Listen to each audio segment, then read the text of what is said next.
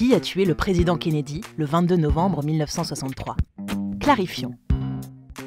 Une seule réponse. Lee Harvey Oswald, un ancien soldat de 24 ans. Il soutenait Cuba et la Russie, deux pays ennemis des États-Unis à l'époque. À Dallas, au Texas, Oswald tire 3 coups de feu sur JFK. Touché à la tête, le président s'effondre dans les bras de sa femme, Jackie, avant de mourir peu de temps après à l'hôpital. Caché derrière des cartons de manuels scolaires, Oswald tire du 5e étage d'un immeuble. Il se trouve entre 60 et 80 mètres de la voiture du président. Les Américains n'ont jamais compris comment JFK a pu être assassiné aussi facilement, ni comment Oswald a pu être tué à son tour, 2 jours après, au commissariat de police, par Jack Ruby, un homme qui voulait venger le président. La plupart des Américains pensent qu'Oswald a reçu l'aide d'une autre personne, surtout depuis le succès du film JFK, une fiction.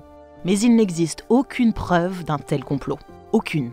Ce qui est sûr, c'est qu'Oswald était un tireur d'élite, qu'il a acheté un fusil et tué Kennedy en lui tirant dessus.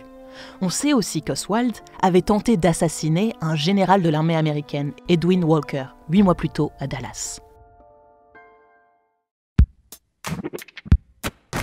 Préférez-vous regarder des fictions ou des documentaires ? Quel président américain vous a le plus marqué ? Pourquoi ?